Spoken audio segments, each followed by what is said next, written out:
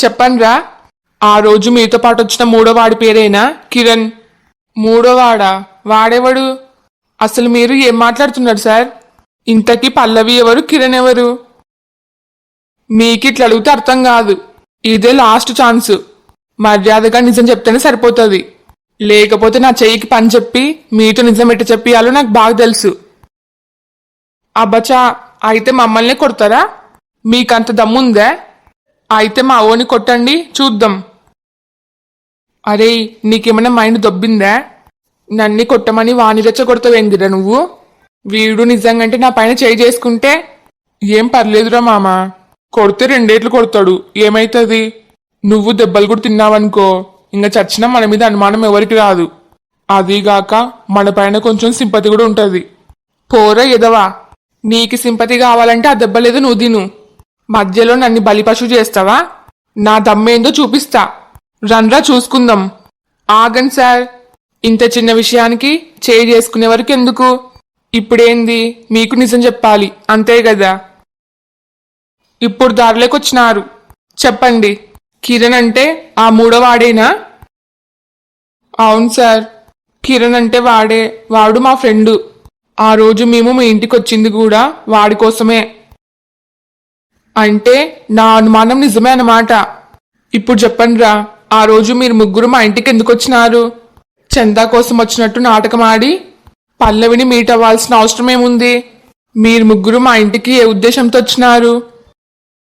Sir, అసలు ఆ రోజు ఏమైందంటే, పల్లవి అమెరికా నుంచి ఇండియాకి వచ్చిందని, పల్లవిని బాగా చూడాలనిపిస్తుందని మేమిద్దరం ఇంత చెప్తున్నా సరే మా మాట వినకుండా బలవంతంగా ఆ రోజు మీ ఊరికి తొలుకొని వచ్చినాడు.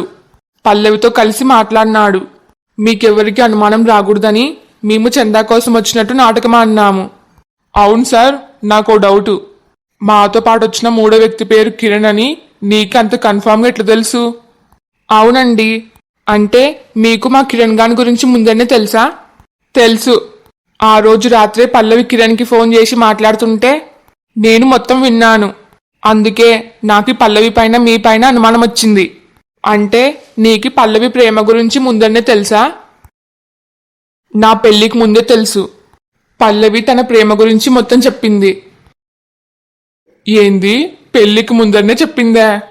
మరి నిజం మొత్తం చెప్పినాక కూడా మీరు పోయి ఆ పల్లవిని ఎట్లా పెళ్లి చేసుకున్నారు? అరే, ఇది కామెడీ చేసే టైం కాదు. వాడికి గాని కోపం వచ్చిందనుకో నీ 32 పళ్ళు రాలగొడతాడు చూడు. పల్లవి వాడికి సొంత మరదలు, అది గుర్తుపెట్టుకో. ఏంరా, నా సిచ్యువేషన్ మీకు కామెడీగా ఉందా? నాకే నిజం మొత్తం తెలిసినా కూడా నేను పల్లవిని ఏ సిచ్యువేషన్లో పెళ్లి చేసుకోవాల్సి వచ్చిందో మీకేం తెలుసు? సారీ సార్, వీడికి కొంచెం స్క్రూ లూజు. వీడి మాటలేమి పట్టించుకోవద్దు. అయినా మీ మాటలు పట్టించుకోవాల్సిన అవసరం నాకేం లేదు. నాకి ఫస్ట్ ఒక నిజం చెప్పండి. పల్లవి ప్రేమించిన కిరణ్కి కూడా పెళ్ళయింది కదా. వాడి భార్య ఉండగా నా పల్లవిని చూడ్డానికి మా ఊరికి ఎందుకు వచ్చినాడు? ఏం చెప్పాలి సార్? మేము పల్లవి కిరణ్ మేము నలుగురము ఒకే కాలేజ్లో చదువుకున్నాము. మేమంతా ఫ్రెండ్స్. అప్పట్లోనే కిరణ్ పల్లవి చాలా గాఢంగా ప్రేమించుకున్నారు. కానీ అనుకోకుండా వాళ్ళు విడిపోవాల్సి వచ్చింది. పల్లవికి మీతో బలవంతంగా పెళ్లి చేసినట్టే ఆ కిరణ్ గాడికి కూడా ఇష్టం లేకుండా అవని అనే అమ్మాయితో బలవంతంగా పెళ్లి చేసినారు.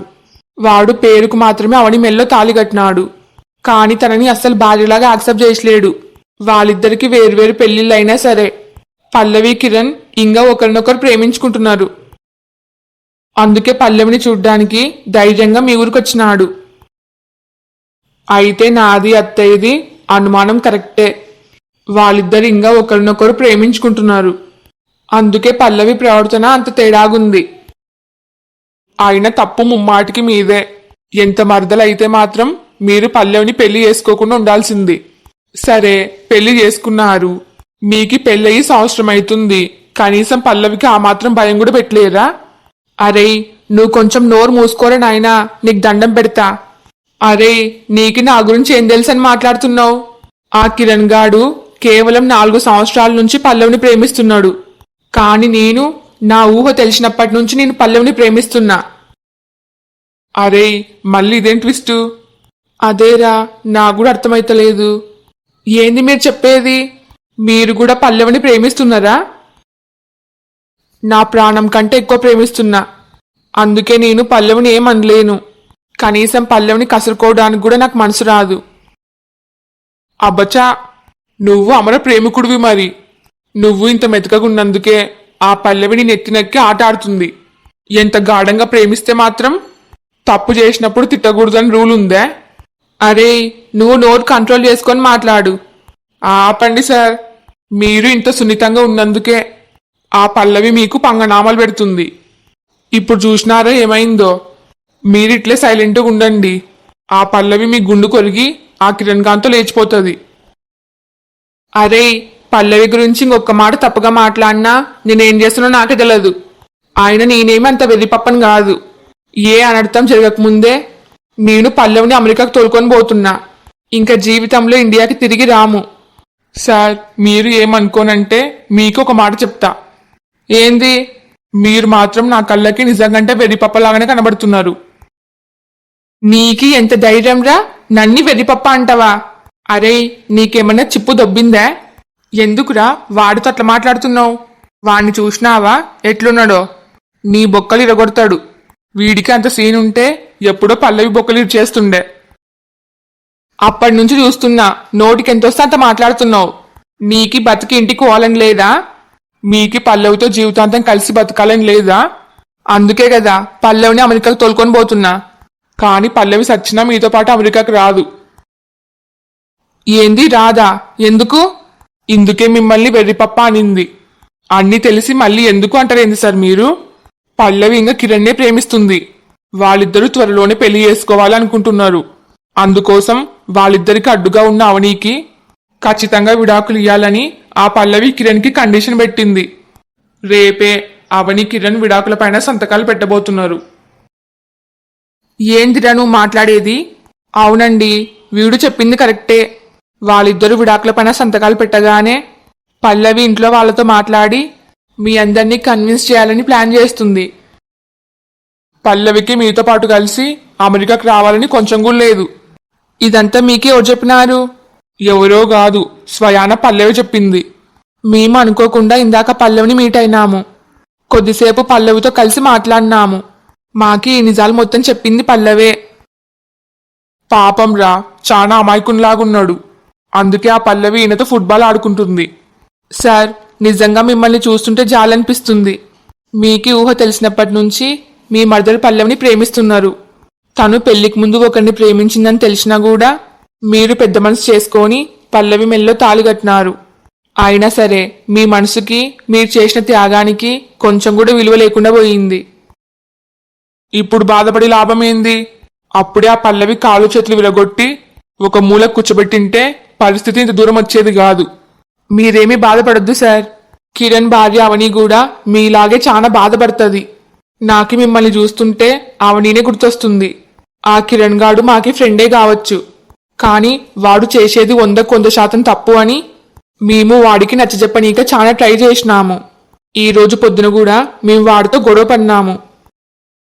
అవని చాలా మంచిది. తను మా సొంత సిస్టర్ లాంటిది. తనకి మాత్రం అన్యాయం జరగకూడదని మేము చాలా బలంగా కోరుకుంటున్నాం. అయితే ఇప్పుడు నేను ఏం చేయాలి? నాకేం అర్థమైతలేదు. ఆ పల్లవి కాళ్ళు చేతులు కట్టేసి ఒక లగేజ్ బ్యాగ్లో కుక్కేసి బలవంతంగా అమెరికాకు తోలుకొని పో. నీకున్న దారి ఇదొక్కటే. అవునండి, కిరణ్ పల్లవి బాగా తెగించినారు. వాళ్ళు ఎవరు చెప్పినా వినరు. మీకు జీవితాంతం పల్లవి కావాలంటే ఎట్లయినా సరే పల్లవిని అమెరికాకు తోలుకొని పోండి.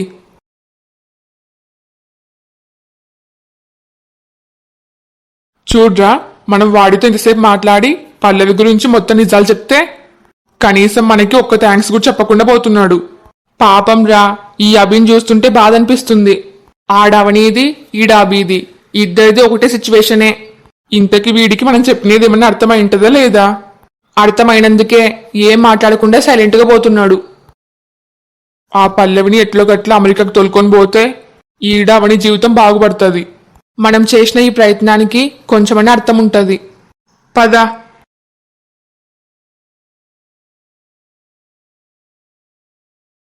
ఇప్పుడు ఈ అభి కోసం ఏ డ్రెస్ సెలెక్ట్ చేస్తే బాగుంటది? ఈడ ఉన్న బాయ్స్ అందరూ ఎంచక్కా వాళ్ళ డ్రెస్సులు వాళ్ళే సెలెక్ట్ చేసుకుంటున్నారు. మరి ఈ అభికి ఏం ఆరోగం? ఆయన గారి షాపింగ్ కూడా నానెత్తినేసినాడు. నా కోసం కొద్దిసేపు వెయిట్ చెయ్యని చెప్పిన. బయట పోయి చూస్తే లేడు. పోనీ నేనే తీసుకుందాం అనుకుంటే ఈడ అందరు బాయ్సే ఉన్నారు. నేను వీళ్ళ మధ్యలో అంత కంఫర్టబుల్ గా షాపింగ్ చేయలేను. కనీసం అభి నా పక్కన ఉండింటే బాగుండు. ఒకసారి ఫోన్ చేస్తా, ఏడుగురేగినాడు. ఛా, ఫోన్ కూడా ఆన్సర్ చేస్తలేడు. ఈ అభిని ఎలకల బోలేసి తన్నాలి. Waste fail ఎక్కన్నో.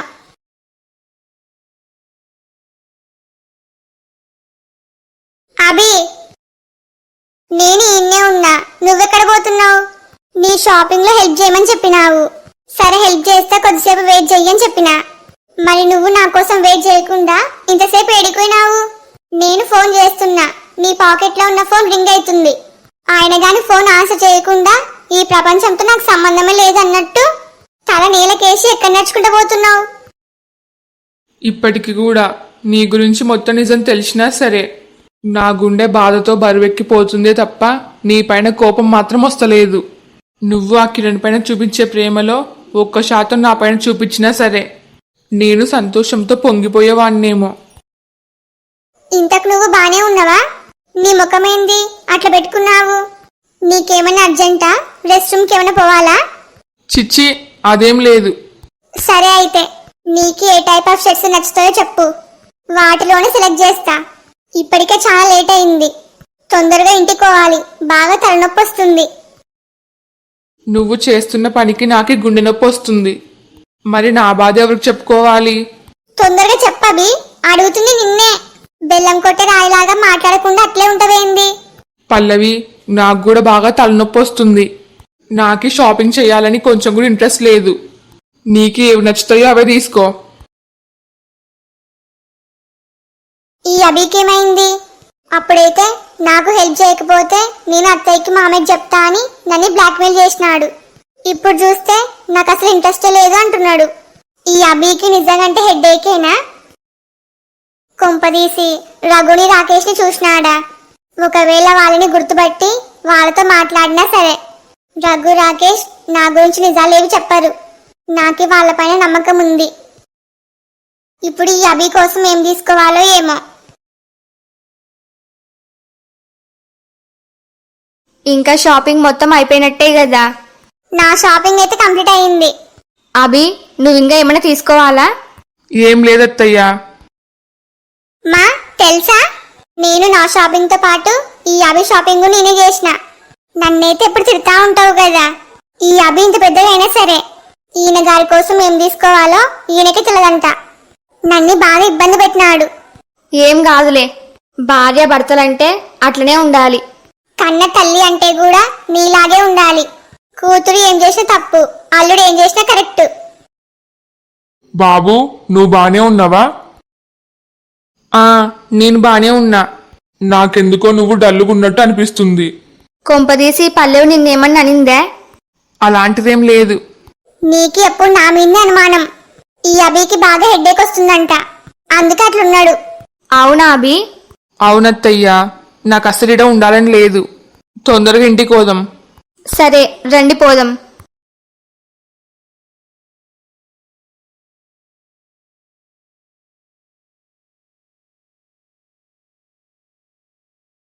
ఏవండి? ఏంది? నా పైన కోపం వచ్చిందా? మరి కోపం రాదా? నీకు ఈరోజు పొద్దున ఎన్నిసార్లు ఫోన్ చేసినా కావాలని నా ఫోన్ ఆన్సర్ చేసలేవు కదూ? అదేం కాదండి, నేను చూసుకునిలేను. ఇంక సాల్లే నీ అబద్ధాలు. నాకి పొద్దున్నే అత్తయ్య మొత్తం చెప్పింది. నీకి ఫోన్ చేసి ఒకటి తలక తింటా అని నా ఫోను కావాలని ఆన్సర్ చేసలేవని చెప్పింది. చా, మా అమ్మ నోట్లో ఏ మాట దాగదు. ఐఎమ్ సో సారీ అండి. నీ సారీలేమొద్దు గాని అత్తయ్య నీకి మొత్తం చెప్పింది కదా. నేను రేపే ఊరికొస్తున్నా. డాక్టర్ దగ్గర అపాయింట్మెంట్ తీసుకున్నా. నువ్వు రెడీగుండు, రేపే మా ఫ్రెండ్ హాస్పిటల్కి పోవాలి. హలో ఫ్రెండ్స్ అందరికి, ఈ వీడియో మీకు నచ్చిందా? నచ్చితే లైక్ చేయడం మాత్రం మర్చిపోవద్దు.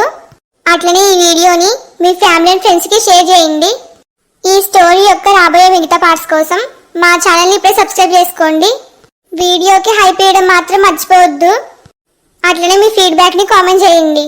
నాకు సపోర్ట్ చేయొచ్చు కదా please. Thanks for watching. Bye bye.